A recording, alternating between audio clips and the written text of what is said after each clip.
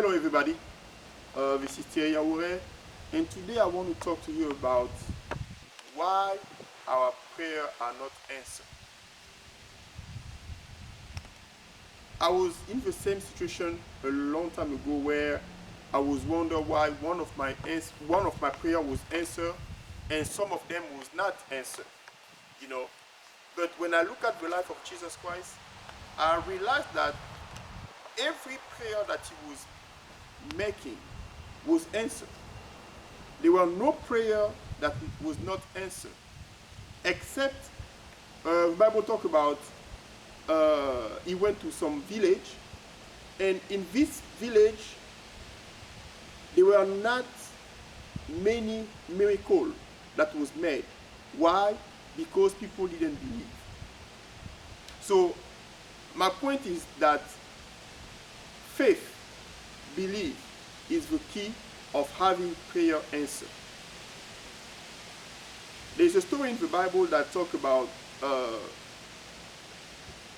group of friends that took their friend to Jesus Christ. He was sick, he could not move, he was on the mat. And they took this person sick to Jesus and said, look, we need to, you need to heal this man. But unfortunately, when they got there, in front of the door of the house, there were so many people, and they could not get in through the door. So they decided that, okay, we're going to go on the top of the house. So they went to the roof, they take off the tile, and put the sick guy in the middle of the living room. And the Bible says that when Jesus saw their faith, he automatically healed this person.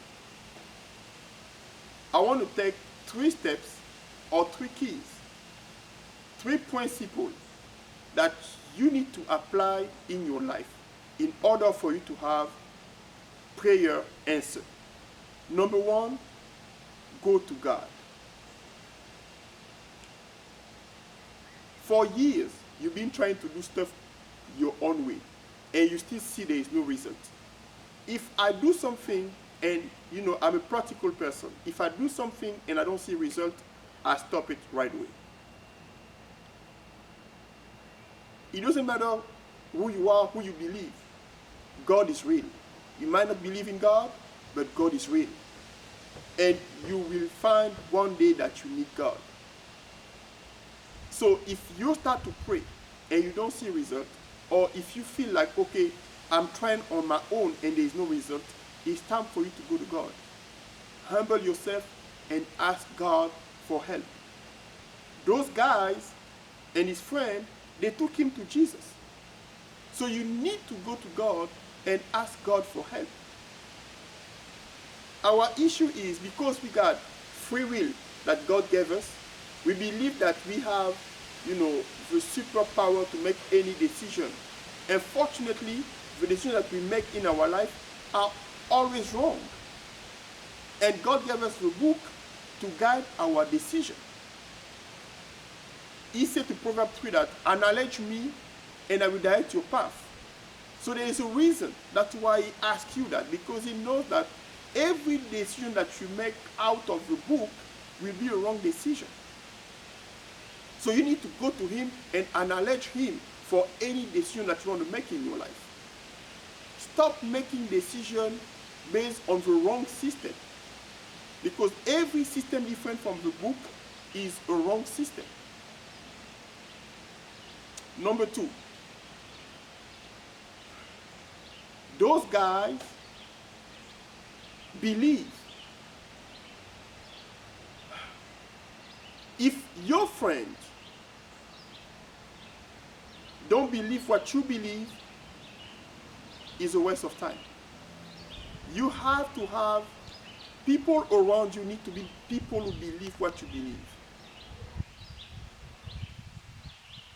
Your relationship, people around you will determine your success or your failure in life. If you can believe something strongly, but if you stay around people who don't believe the same thing, I promise you, you will never have what you're seeking. Because your mindset is framed based on people that stay around you. It's so important to have a good friend, because in this story, the man didn't do anything. His friend brought him there. It means that if your friend don't lift you up, they are not good friends. A friend is supposed to lift you up. It's supposed to lift you up. It's supposed to be there for you. It's supposed to be there to support you, encourage you, and sacrifice his time for you. If your friend only take you down, pull you down, take stuff from you, they are not your friend. It's time for you to change your friend. I'm sorry, but that's the truth. Relationships are key of success. No matter what you do, if you got the wrong people around you, you will never make it. So it's important to know that your friends are there for you. Who do you spend the time with determine your success, even in your prayer. So your relationship, your friends are important. It's important to have people around you that can pray with you, pray for you, and motivate you and encourage you and believe that yes, it's possible. Yes. Because if you say something and you believe something else, it's a waste of time. You're never going to have a prayer answer by saying something and believing something different. Okay? Step number 3. Go the extra mile. Those guys, his friend, because they saw that they could not get him through the door, they lift this guy and put him on the roof. Take off the tile of the roof and put him inside the house. This is what friends do. In life, and that's one thing that Christians misunderstand. The grace of God is for you. I agree with it. Okay? I believe that if you pray for something and you believe for something going to happen. But in order for you to have completion, to complete your prayer, to have result, I believe that the reason why your prayer is not answered is because you don't do the corresponding action to your prayer. You prayer, believe something without work, without a corresponding action, is like say that you will do something, but you don't do the thing. If you want your relationship to be better, you do something about your relationship. You pray, you go to God, you believe that God will do something about it, and you do something, you make an action. You go and do what you have to do in the natural.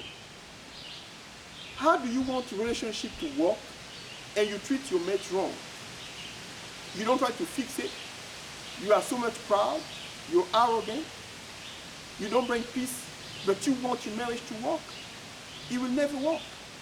How do you want your finances to work and you cannot save money? You cannot invest it?